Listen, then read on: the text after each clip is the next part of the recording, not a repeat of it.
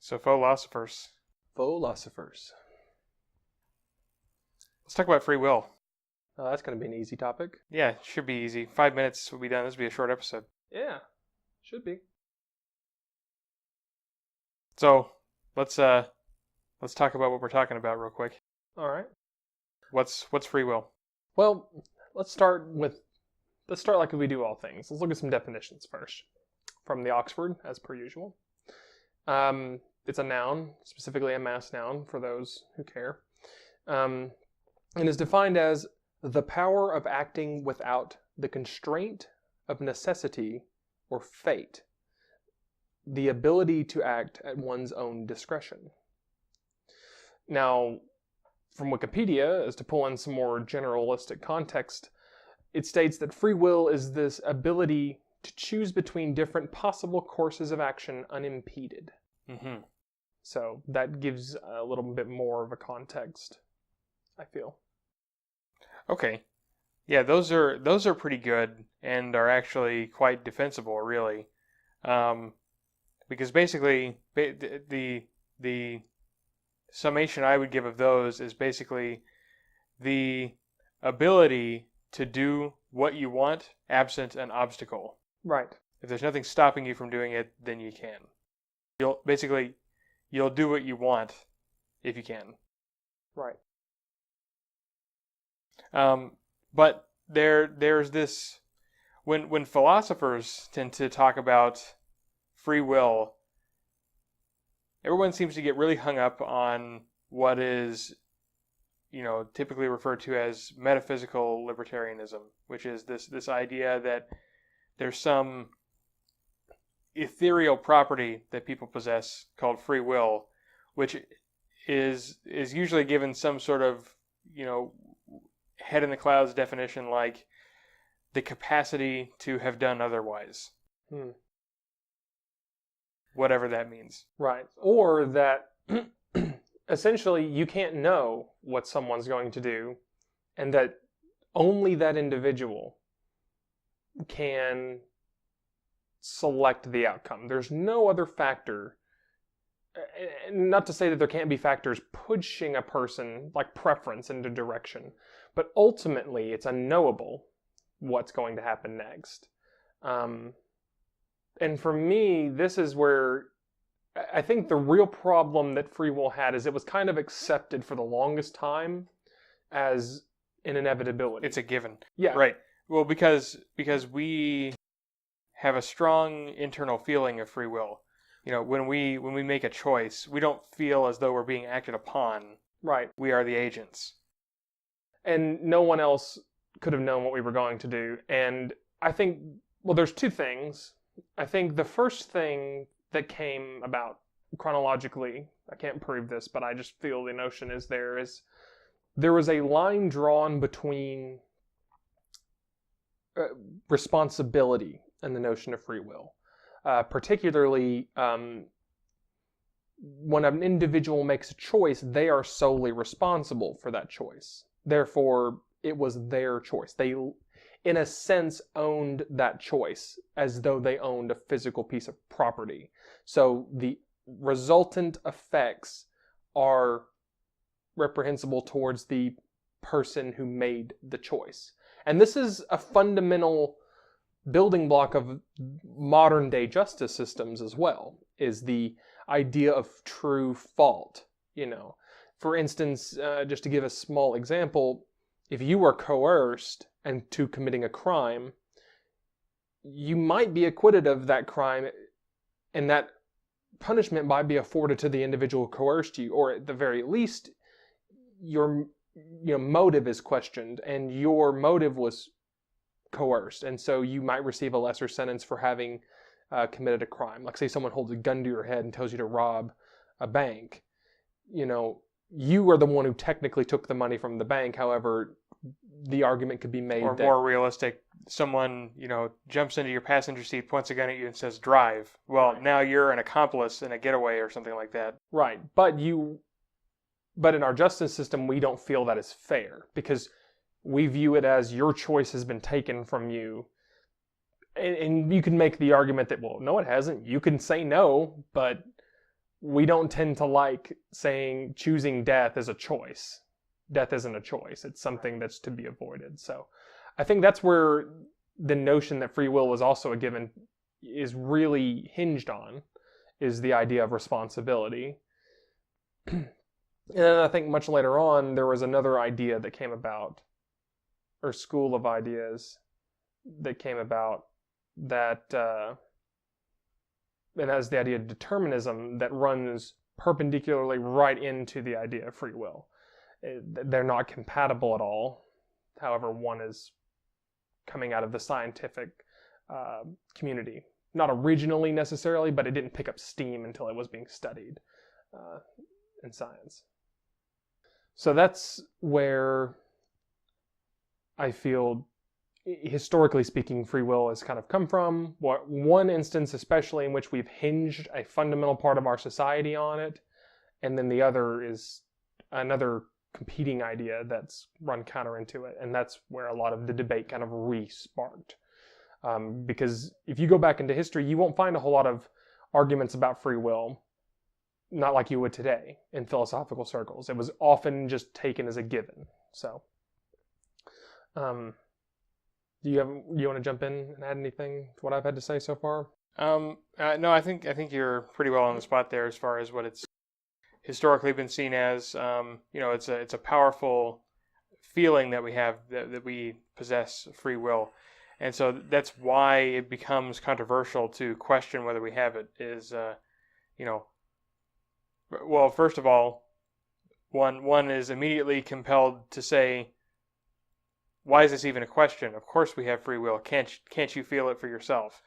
But also people don't like the implications of it. Right, or the implications of the alternative. Right. The implications of not having free will. Right, and the most common one I think you'll hear is, well, if you don't have free will, you're not responsible for your actions. That's why I stated the responsibility segment. For instance, if an individual commits a crime. So if we establish nobody has any free will, how can we hold anyone at fault for anything? Right. Now, based on just what we've covered so far, there's a couple of things that can be said about free will, characteristics I'd like to point out, and you can contest these if you think that I'm wrong. These are things that I've just come up with thus far. First of all, free will is a binary. There's no such thing as free will there's no such thing as partial free will. You can't have partial freedom of will to do something necessarily. You either can do what you want, or you cannot. Yes, and I think that's important to keep in mind, first of all, that this is a discussion about, and the reason I'm bringing this up is, when people are talking about whether or not free will exists or not, there is no middle ground, really, when it comes to, well, sort of they have free will. It's, in the metaphysical sense, is it real, and do humans have it and possess it? Or is it a quality of a human being, or anything with mind, or not? The second thing is the claim that free will is unfalsifiable and untestable. And I mean these more or less in the pragmatic sense of testable, not in the theoretical sense of testable. For example, the most common way stated to test the metaphysical or libertarian free will is to recreate exact initial conditions and then monitor the person's choices. And if no initial conditions are changed and the choice changes, then you could say that that individual has free will and that it is truly a random choice. And that's not something that can be tested. You cannot create identical initial conditions, not even close enough by our current scientific understanding. And not only can we not recreate initial conditions now, it is theorized that it is impossible, or at the very, very, very least, ultra highly improbable that we will be able to test it. Is there any conflict with that statement? No objections there. So, with those two things being stated, the first, and I think the largest opponent to the idea of free will is determinism. In fact, let me define it. Determinism, again by the Oxford, is a noun, or a mass noun. It actually has a specific philosophical definition ascribed to it, unlike many of the other topics we described. There are other topics that it's used in, but I'm picking out specifically the philosophical one. And it states that the doctrine that all events, including human action, are ultimately determined by causes regarded as external to the will. Some philosophers have taken determinism to imply that individual human beings have no free will and cannot be held morally responsible for their actions. And that's directly from the Oxford. Now, in a way, it does run counter to free will. Not necessarily in the questions that it's trying to answer or its functional purpose, but as a consequence by definition as to what it means. When we're talking about real metaphysical free will. Yes. Now, another thing that's interesting about it is this determinism originated not in science necessarily, or modern science, or empirical science, I'll say, but it is taken as an assumption in empirical science. Causal relationships, for instance, which are the fundamental building block of science, or at least physics. Or, yeah, at least physics, or something like that. You know, cause and effect does hinge on determinism. And so this is where I think in the modern era we really see the huge problem. All of this science that we're doing that is producing all these great things is operating on a principle that runs counterintuitive to one of the oldest probably held preconceived notions about human beings, and that is free will. Anything else against that one so far, or just a No, comment? I agree. Okay. And now it's at this point, when I was doing my research, that I came across another YouTuber, or another YouTube channel, named Anti-Citizen X, where he talks about free will at great length, and he's very thorough. And for a majority of the rest of my preponderance, I looked into his example, and some outside sources myself, but he does a really good job of framing the question of free will in a very practical and pragmatic sense, which steps away, I'll note, from the metaphysical concept, which he does. And so I'm going to briefly walk through the overarching structure of what he talked about and see if it's a way that we can start to be examining the concept of free will. And I actually will link this below. He has a script and the video. I worked mainly from the script because it's written word and a lot easier to deal with, and I'll link them both. So you'll know that I'm not trying to misrepresent him, because I do not intend to. He brings up several examples when talking about free will in his initial introduction. The first one is there's an agent named Captain Neckbeard, who is a pirate who's on trial for committing a crime versus the state of Canada for some reason. And he uses this example to lay out what we've already talked about, the concept of responsibility and justice, which is this individual responsible for committing their crimes? And if you assume free will is a given, then if they actually did commit them, then yes. And he walks through the alternative as, what if he had a mind control chip? Well, we wouldn't judge him guilty for that because he didn't have a choice. He then moves on to what's called the twins experiment, which is it's a small expansion on what I had talked about as a way to test free will. And it hinges on you having to be able to reset initial conditions. But this time, it outlines a scenario in which there are two individuals that are absolutely identical. However, one of them has free will and one of them doesn't. So this is already a faulty experiment, because if you can prove that one of them has free will and the other one doesn't, then you know free will exists or it doesn't.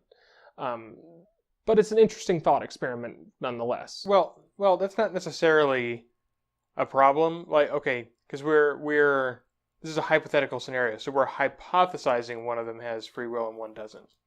Right, but we can hypothesize about things that we don't know. No, that's true. We can hypothesize what things we don't know, but I don't care that he uses an example that assumes the answer. It's kind of begging the question to have a subject that already meets the definition of what you're trying to prove or disprove. Well, not really, because what he's going for is he's saying that suppose a situation in which we have two identical twins, one has free will and the other doesn't. Here is what we would expect to see based on this. Okay, that's fair enough. I'm trying He's to... not asserting there exist twins, one of which has free will and one doesn't. Okay, That would be begging the question. fair enough. And forgive me, I am going to be a little harsh on some of the things he has to say. Not because I disagree with him, and not because I think he's wrong or he hasn't done his research, but because I'm attempting to be thorough. Because this is a pretty significant topic. Mhm. And so I will come across as to be as to scrutinize as much as I can.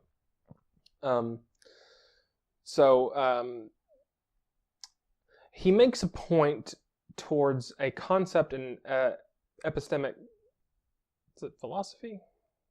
Or in epistemic theories, called verificationism at this point. And what he means by this is, I was going to define verificationism so that you know what he's talking about. It's the idea, the philosophical doctrine that only statements are, the philosophical doctrine that only statements that are empirically verifiable are cognitively meaningful, or else they are truths of logic, or tautologies, or the other things. Everything else is meaningless in the practical sense. And this is where he begins to move away from the metaphysical more firmly. And I agree with what he's doing to a degree, because metaphysics, while interesting to ponder, until you start applying it in the real world, and in the pragmatic sense, and you're using it as a platform from which to make decisions, it's meaningless. But anytime before that, in the practical sense. Now, it is meaningful to know the information and to ponder these things. Otherwise we wouldn't be here, in some ways. But that's where he makes his initial divide from the strictly metaphysical, and he goes on from here by proposing the definition that you stated, the ability to have done otherwise, as the criterion for his experiment. And this is interesting to me because we initially started talking about this as the metaphysical concept of libertarian free will. And it's at this point I began to wonder whether or not it's even appropriate to discuss it in its metaphysical sense, or should it be reframed into the practical sense? Well, I think it is worth discussing in the metaphysical sense, if only to shed light upon its flaws to those who hold it as an axiom. Okay. And that's fine. I did think it was interesting because when he began to depart from it there, I tried to look for other instances that were as well structured, because I don't have infinite amount of time to prepare for these. And it's difficult. There aren't a whole lot of strictly metaphysical ways to prove or disprove, or even very structured talks about it. There are some, but not that I could digest quickly enough. And that's when I kind of shifted myself to looking at it from the pragmatic point of view. Because I do tend to agree, and this is a different topic for a different time, but we've also discussed it before in some ways, is that beliefs and ideas, right, that actually alter decisions that you make in the real world are the most meaningful. And that, when I say that, I mean that in the instance perspective, not in the overarching perspective of humanity in all time. I'm talking about in the instant. It's the ones that affect your choices. And I think that's why he switched there, is because that's much more practical for human beings as a group to begin, when they begin thinking about actual actions that they're going to take. And in the case of his example, it's whether or not to convict somebody of a crime. Right. Or why you're actually, what are you doing by convicting someone of a crime, and what are you doing about it? So, right. He goes into, like, why are we so concerned about free will, really? For the most part, it's not because we're so concerned about metaphysics and we care about whether we have this ethereal type of free will about us, but that the implications of not having this free will in our minds seems to lead to the conclusion we can't hold anyone at fault. Well, even if that's true, we still have a problem that there are criminals in the world who do things that we don't approve of. So how do we justifiably apply punishment or act on them in a way that still satisfies our goals? How can we achieve the goals that we want without having to accept metaphysical libertarianism? Right. Now, it's at this point I'm going to skip ahead a little bit. If you want to hear his entire breakdown, like I said, I'm linking it below. Please go watch it. He's very thorough. He particularly cites two actual scientific studies in his case discussing determinism. And it's important to discuss determinism when you discuss free will because, A, they're mutually exclusive by definitions. And he makes the assertion, and I'm going to make the same assertion, that determinism is empirically provable, whereas free will isn't. And one of the things we had discussed, especially when we're talking about Christianity and religion, is it's a fallacy to state assertions that are unfalsifiable. So laying out the opponent or a oppositional proposition for free will being determinism, if that's falsifiable and you can perform empirical science on it, it's a lot more rigorous if it turns out to be true, or however if it shows to be consistent.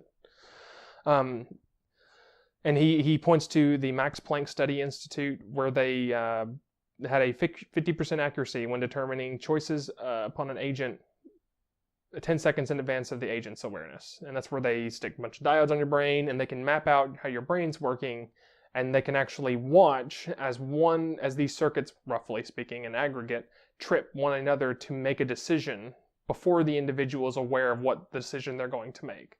And so that kind of begins to separate out the decision-making process from just coming up with it out of nowhere, and showing that there are steps being taken in the decision-making process. So there's determinism on that small scale, and because we can prove them on the small scale to a degree, we can extrapolate them out from there and begin to get a better scientific picture of what's going on.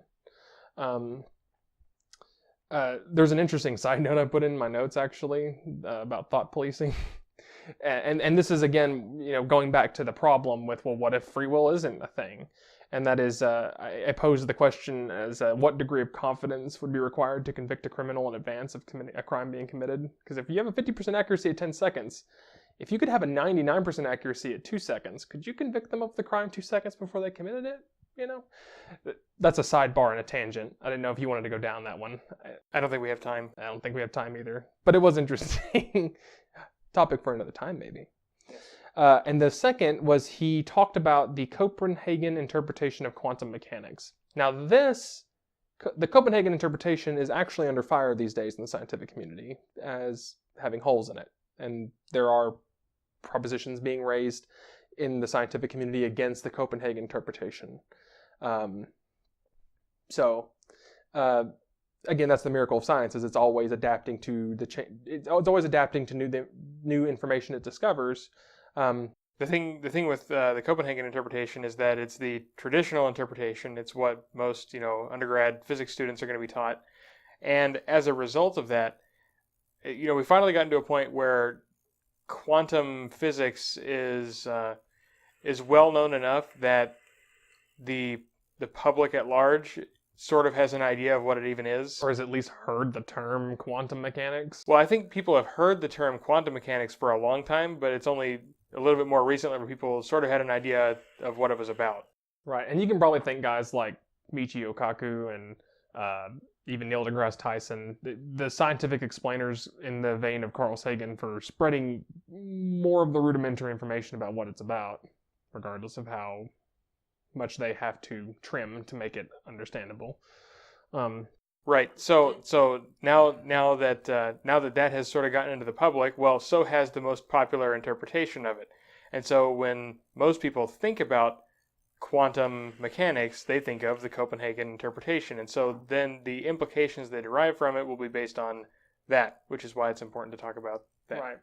And this is, I think, going to be a good topic for a future video, is talking about how science is taught wrong, in my opinion. And then, and just as a quick sidebar on that is that, you're teaching people the school or the current interpretation. And there are good teachers out there who are trying to teach the basis for that interpretation. And that's really what you need to understand, why they think this way, so that when it changes, or there are, there are other things that have been proven that contradict. So how do they reconcile?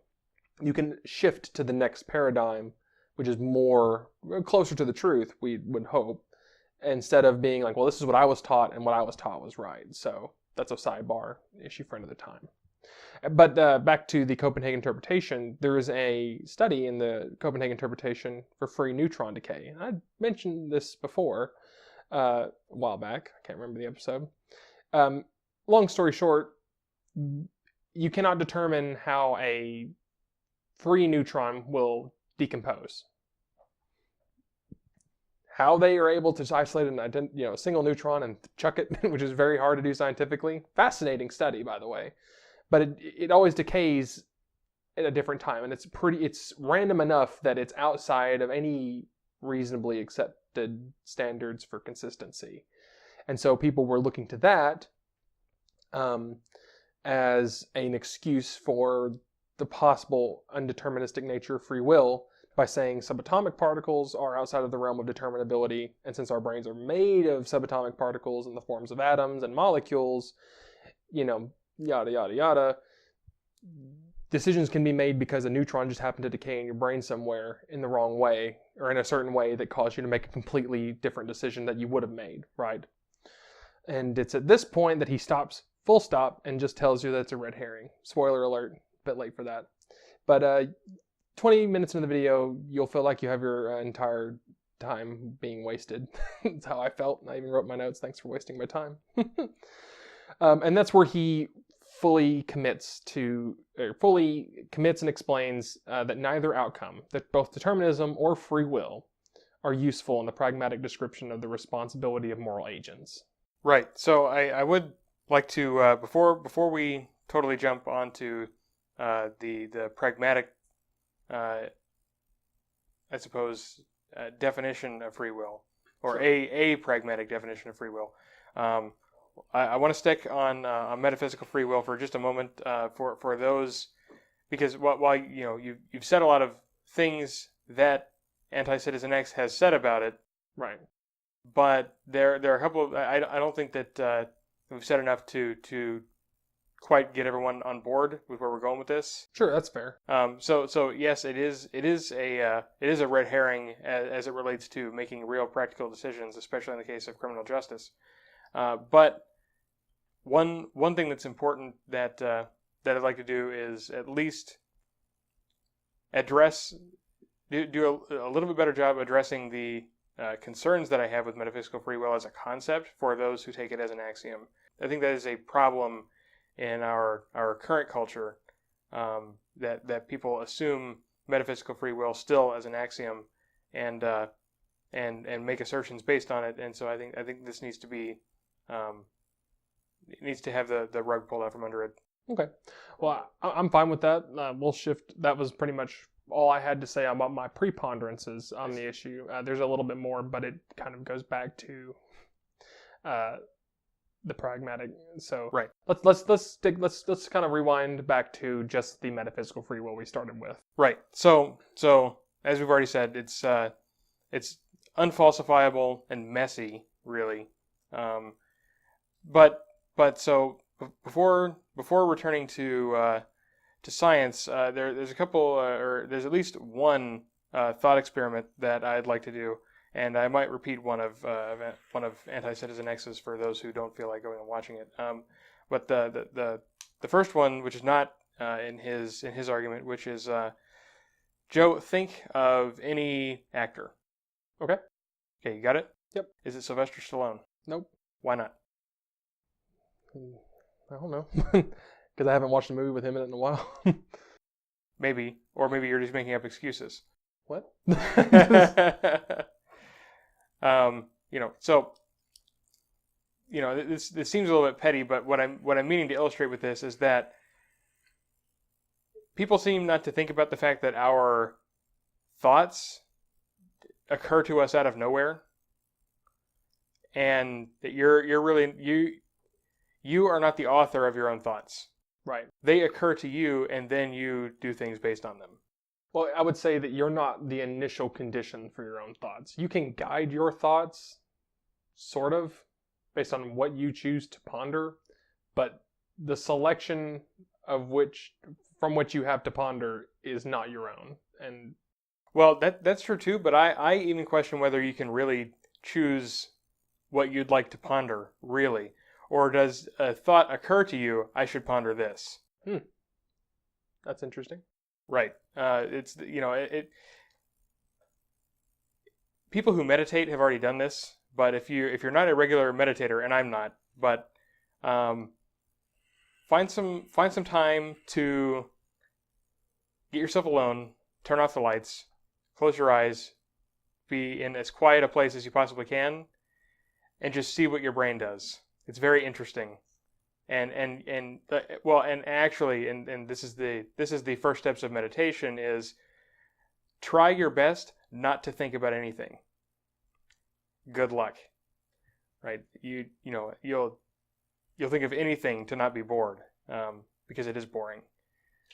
Yeah, or at the very least, what I've heard some people, and I've actually achieved this myself, not thinking about anything, not literally, mind you, by the definition you laid out, but you'll find that instead of thinking about things that just come to you, I feel in the more advanced stages, again, not a meditator either, I've tried it a couple times, but the point I got to was I just start focusing on sensory input directly. So things that I hear, you can't get in a totally quiet room. Well, I mean, you can get close. There's some interesting... It's not easy to get in a totally quiet room. It's not easy, but you'll begin to notice things that you didn't notice before in your surroundings, and that's, I guess, sometimes the point, is to become more aware of your surroundings. But even then, you will absorb things that you didn't know were there before. Like, you'll start noticing, first of all, in my experience, because my eyes were open, how crooked all of the pictures in my dorm room at the time were and how unaligned everything was. Things like that. You can't... That's something I didn't choose to see that, but I just did because I had nothing else to focus on. It occurred to you to pay attention to it. Right. Well, because when your brain tries to go idle, it can't in its conscious state. It will always try to be figuring on something, and that was just what happened to be in the field of view that it picked out first. So that's interesting. But yeah, it's a humbling experience sometimes to try to get that. Right, but so really what I'm trying to do here is raise consciousness a little bit about where your thoughts come from. People don't spend a whole lot of time thinking about thinking, which there may be a good reason for that. But it's important when we want to get to the bottom of metaphysical free will.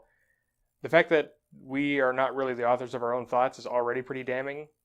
But then I'd like to think about the implications of another thought experiment, which I've heard it framed several ways, but I'll do it. I'll just pick the exact same example of that Anti-Citizen X picked, which is actually he was doing it in the context of the twins experiment, but we'll take it as an individual. So you are presented with 2 milkshakes, okay, chocolate and vanilla.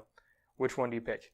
And it doesn't matter. You'll pick one based on your preference, because there's no punishment for picking the wrong one or anything like that. Right. So absent anything influencing you, you'll pick which one is your favorite, or which one you've been craving lately, or whatever. The point is that when given the choice, something occurs to you and you decide, I want that one, and so you pick it. But why do you want that one? Because you want it. Yeah, you just do. And of course this can be influenced. I'll say, okay, we have chocolate and vanilla. I'll give you $5 if you pick the vanilla one. You'll probably pick the vanilla one because you still get a free milkshake, And Unless you really like chocolate. unless you really, okay, I offer you $100. Now we're getting into something a little bit more compelling. You might say, okay, well, I'll forego the pleasures of a chocolate milkshake. How many of those can I buy with that $100 anyway? And so the point is that the things which you want are caused by things out of your control. Right. That as we discussed at the beginning, the more defensible definition of free will is the ability to do what you want absent something preventing you from doing so. Right. But there are some and we didn't talk about this in the initial, but there are some preconceived notions of that too. You're essentially just taking the sum of the two parts, will being summed up as, well, what you want, whether, and regardless, free being unconstrained. Exactly. It's just a sum of its parts in that case. Right. So the thing is, yes, you can do that, but if you're not the author of your own thoughts and desires, then do you have metaphysical free will? If in principle the initial conditions could be reset, it seems logically consistent that you would do the same thing over and over. Right. Your preference, which goes against the notion of free will and goes toward determinism. Right. Like your preferences likely won't change randomly. Right. And so then the more extreme example that Anti-Citizen X gave is you have a choice between your favorite milkshake and dog feces or manure. Which one would you like to consume? Of course, the milkshake, because manure is repulsive and not food and poisonous. You don't want to eat that, and so every single time you'll pick the milkshake, and to even entertain the idea that, well, but I could pick the manure. Could you really though? Could you really pick it? Like, we can entertain the idea of, I can't see anything stopping you from picking it, except that it's obvious you won't. Well, and the only reasons I could see someone choosing it would be out of spite. Out of spite. Right. Where if I proposed if I actually presented you with a challenge, here's your favorite milkshake, and here's a bucket of manure, I bet you'll take the milkshake. Then sure, maybe if you are the most spiteful person I've ever heard of, then you would poison yourself by eating the manure. Right. But the reason I bring it up is because there are people out there who, when they're first exposed to the concept that there is no free will spite because it's such a strongly held conviction. Right. But this, of course, is proving the contrapositive in this case. Well, it's profound confusion, because now what really is happening is you're not exercising your free will to not choose the milkshake. You are being influenced by my challenge to disobey the challenge. Yep. And that's interesting. But yeah. Whatever part of you is spiteful has reacted to my challenge and has caused the decision to go against the milkshake. Right. And you'll end up in this almost paradoxical state where it's funny, we were talking about this earlier, but when you think about why you do the things you do, if you sit down and have someone someone or doesn't matter who, but another agent to prepare you 2 drinks, and then before you know what the 2 drinks are, start thinking about which one you're going to choose, and then when they're presented to you, when you make your selection and you know the one you want, supposedly, and you start thinking about why you want that one, you'll be like, well, I want that one because I want this, but I could do the other one. But then you realize that, well, wait, am I doing the other one because I want to be doing the other one? And you'll end up in this almost paradoxical situation where it's the truth that no matter which one you choose, there are other factors. And when you try to actively comprehend those factors in the moment, it hurts, in a way. It makes your mind, it gets your noggin jogging a little bit and kind of makes you feel spiteful. And it's the sense that, no one likes to feel like they don't have a choice. And so when you really start confronting the fact that, hey, wait a minute, why am I doing this? And the more you ponder it, the more the illusion that you really can do whatever you want kind of starts to get convoluted. Right, or to quote Christopher Hitchens, of course I have free will. I have no other choice. Right. And so it just gets frustrating. Right. And I think and to go off of the Hitchens quote, it's kind of profound in a way, because free will, as it's spoken about in the metaphysical, is one of the shorthanded ways that we took an assumption based on observation in the primitive sense, and we just went with it because it made the most sense intuitively. Now, there are those out there who speak a lot about the intuitions and what they mean. I'm not going to get into them too much right now. There's some pretty famous speakers out there these days that love to talk about intuitions and how they're actually truths that we all share. I've not pondered that enough, but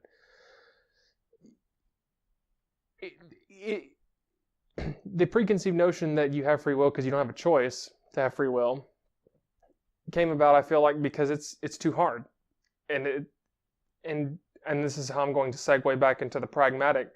It's too hard to figure out what would happen otherwise, and not only that, but when people are subjected to the idea that they don't have free will, they tend to start making really stupid choices because they're exposed to that knowledge. It's almost the idea that it's a harmful idea, so let's just take an easier to assume or understand concept that we all have an intuitive sense of, and it kind of jives well with us, and it'll keep us making good decisions.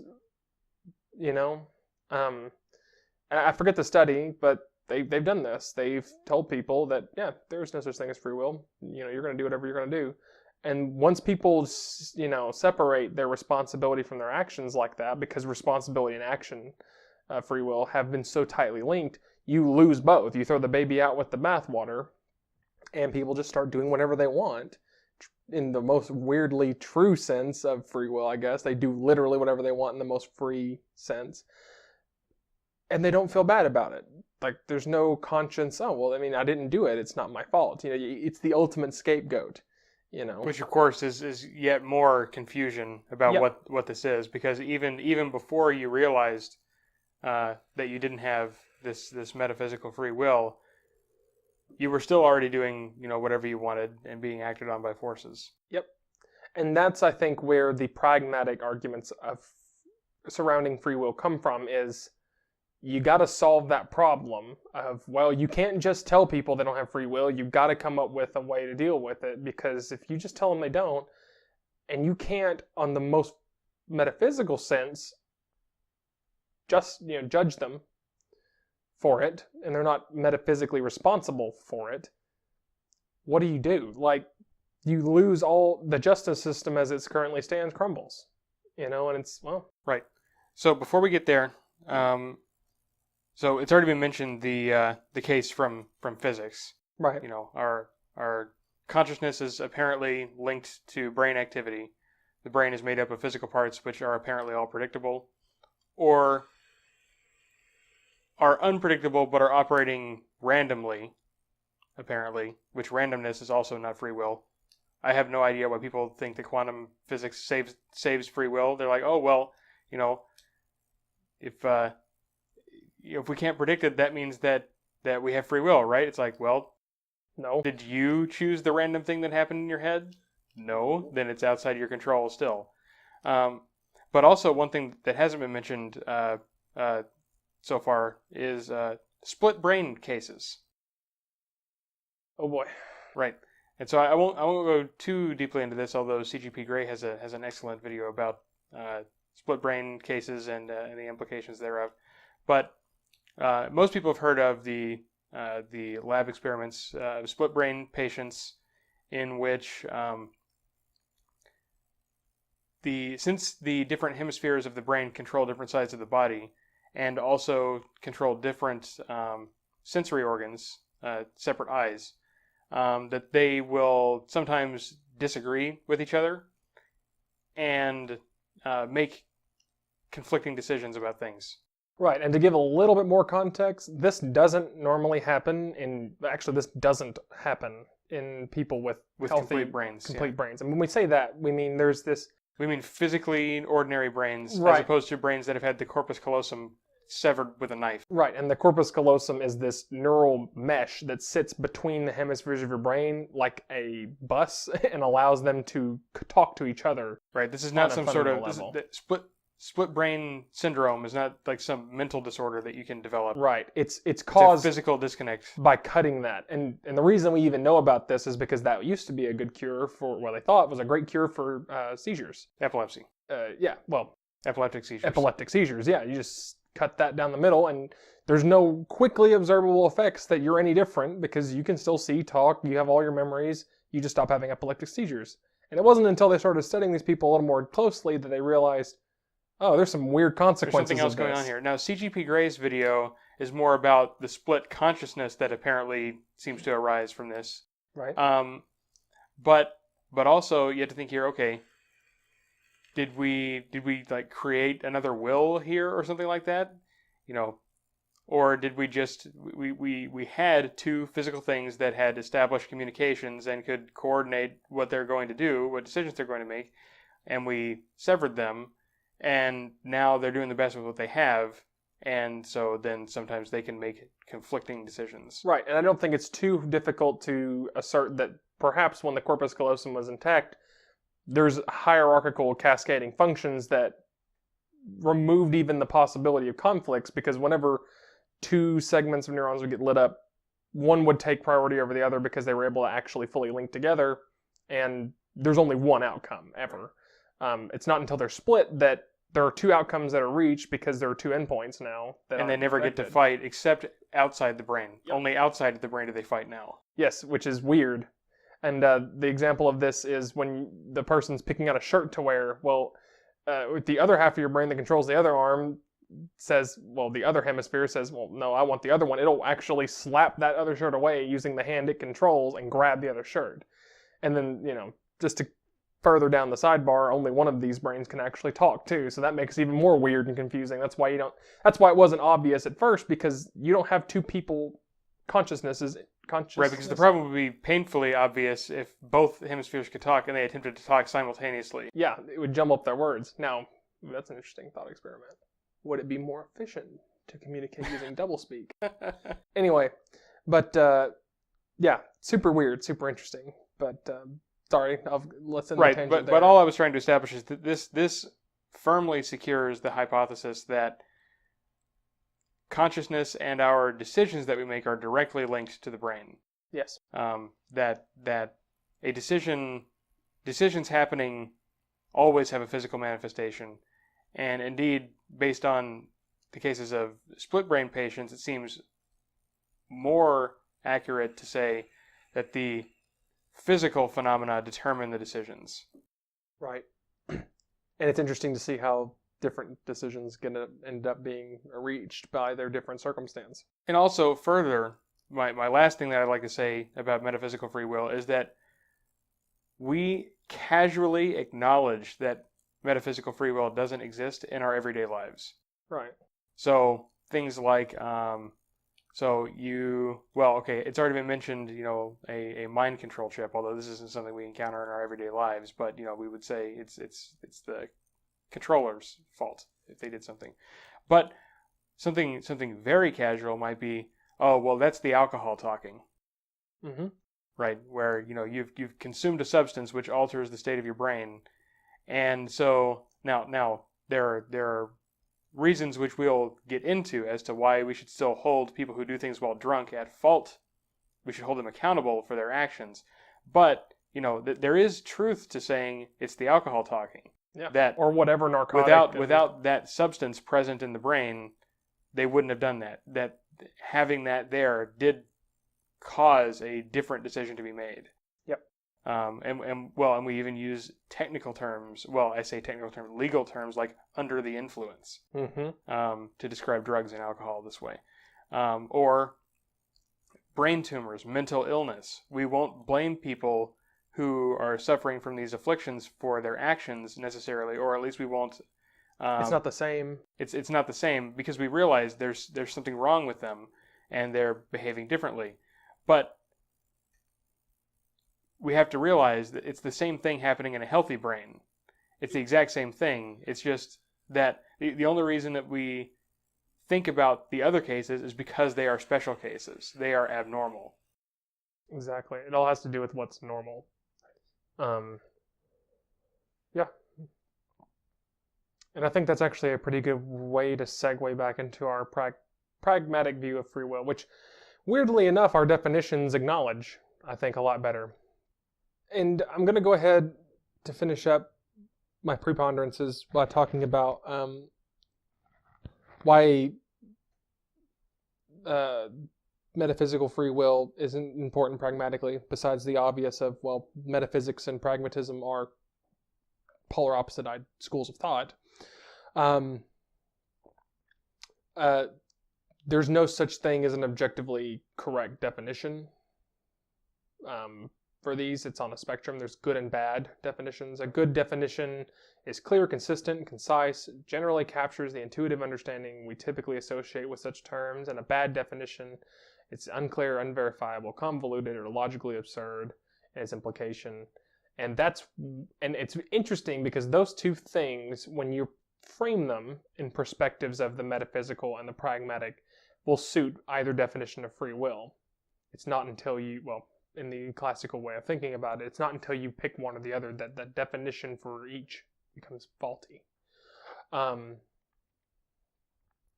And to retouch on the formal topic of what we're talking about with stuff being normal as versus abnormal, that's rooted in a concept called compatibilism.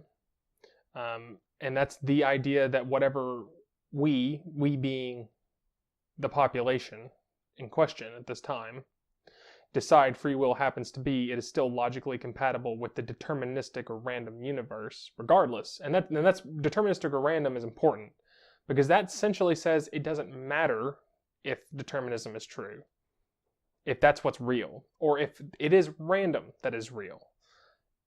The definition for what we are going to call free will needs to be compatible with both, or agnostic of both.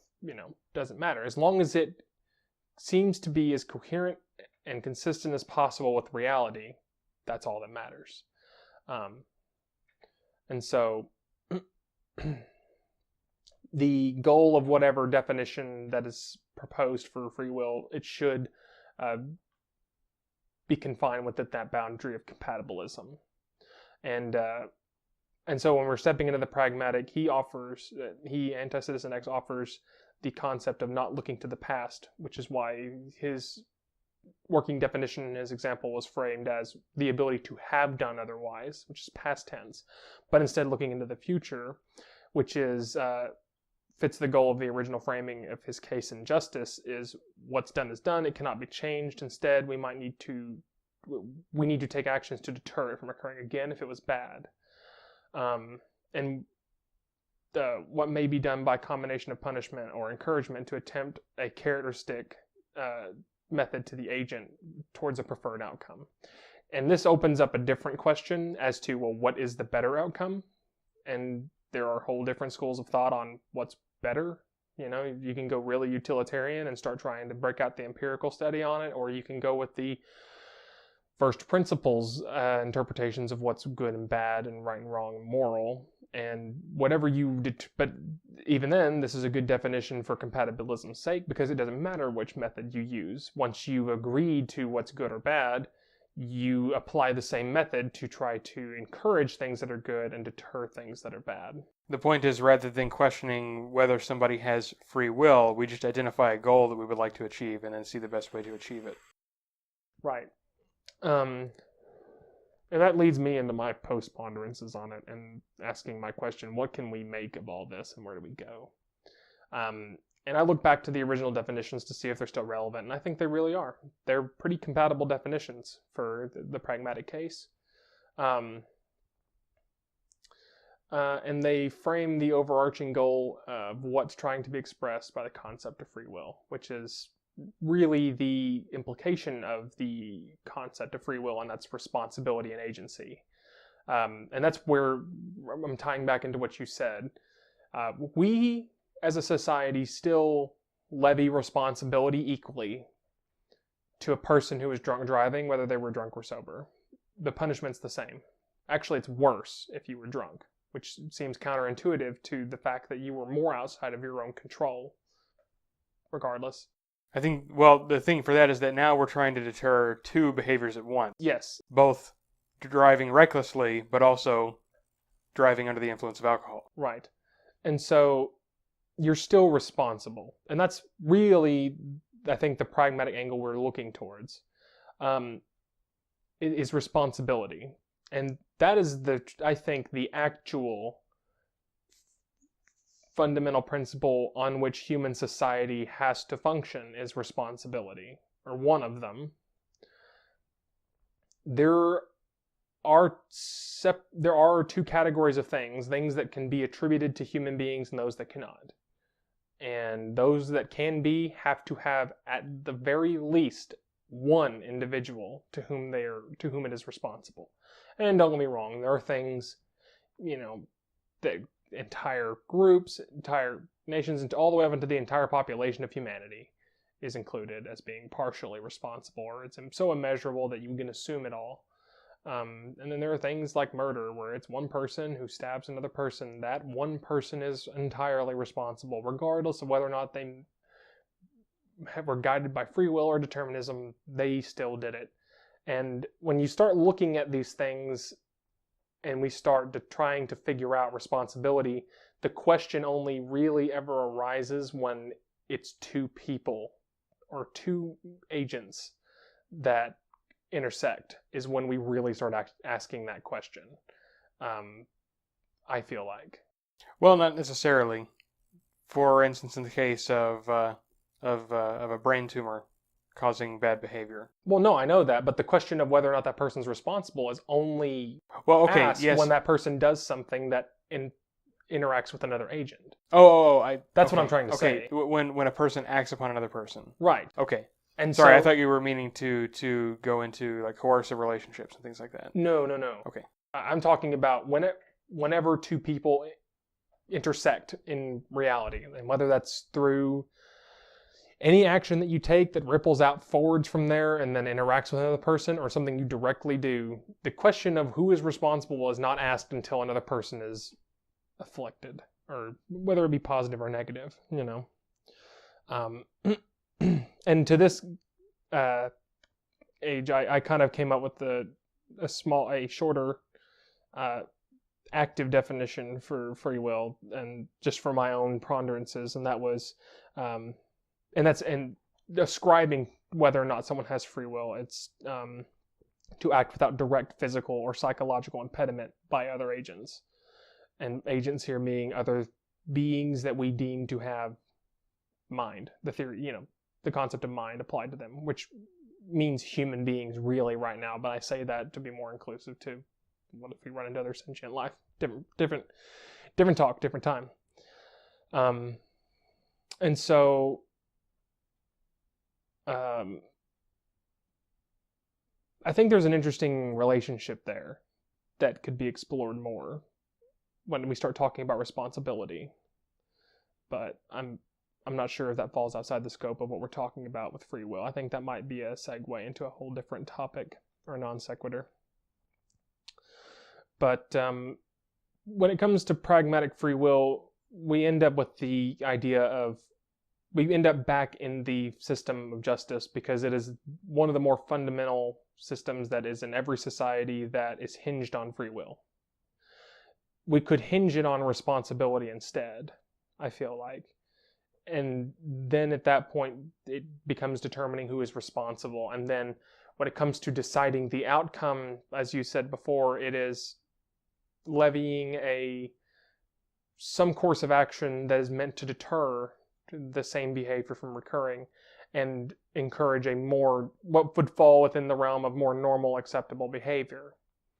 Do you have anything to add to that? No, I think that's there. Now, my next thing I wanted to kind of talk about, which I think is maybe an interesting ponderance for what a would come out of this is, what about positive acts? Because justice systems typically only care about when something wrong happens.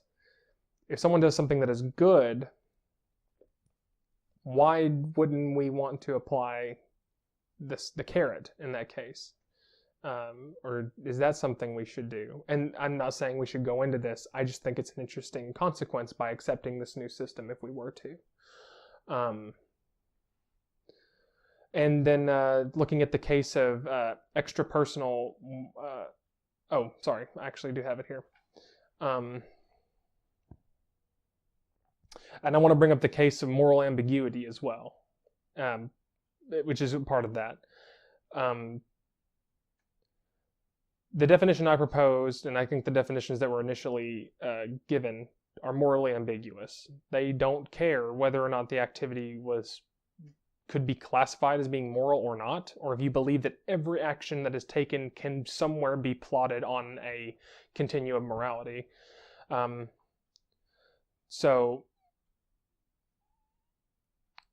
that's really kind of where I'm taking it from, is, okay, let's assume that it is the moral scale, from things being morally neutral to positive and negative. Should the system take care of both ends of that spectrum, I guess. That's just to complete out the thought I was having on it. So I think that's interesting as well, but I don't know that we'd have time to get into it. But yeah. And I think the system that was being discussed also answers the problem that we had said earlier, that free will may have intuitively came out of to solve, which is, well, when people don't know, or when people assume they don't have free will, they'll just do whatever they want. This system answers that as well. So it meets another criterion that we had laid out. So I think that's very interesting, and I can't wait till we get to talk more about it. I know we are planning an episode on justice systems. I think this is going to fold nicely into that whenever we decide to do it. But I don't think there's really much else to be said about free will for us right now. I think we've said what we should have said. I agree. And I'm sure there will be more said about it, by others. So, but I think for the first time, I think I'm actually talked out on a subject, and I don't know that I can take it anywhere else that wouldn't be just a tangent or a farther reaching consequence. Right, or a corollary. Sure. I think one of the only other things I would have to be able to think about is we divorced responsibility from free will, and we said that you can still assign responsibility to an agent who didn't have free will. I think the next question in that line of thinking would be, what does it mean to be responsible, and why? Why is that person responsible then? Because the system we answered with doesn't care. It really doesn't. That's why it works. It doesn't care why you're responsible. It just knows that you are. And it leaves the why up to the metaphysical, regardless of whether it being free will or determinism. It's irrelevant. So I think it was just important to touch on that as well, because I almost went down a tangent there that didn't exist. But, okay. Philosophers.